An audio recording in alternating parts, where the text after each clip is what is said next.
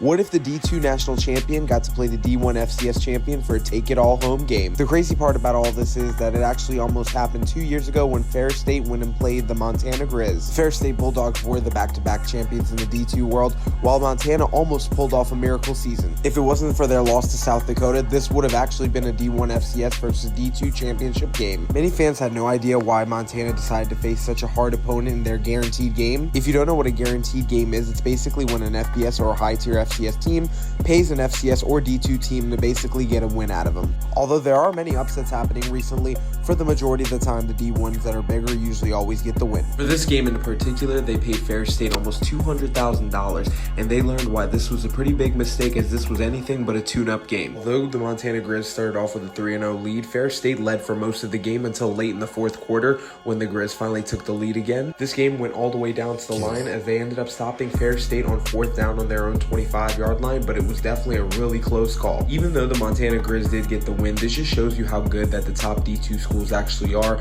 as they kept up with the D1 FCS runner-up. This only makes me think about the conclusion that if they did this good against the runner-up, that they would destroy some of the lower tier D1 FCS schools. This is the reason that I think Ferris State should move up D1. Even if their school doesn't have the enrollment, their football team definitely knows what they're doing.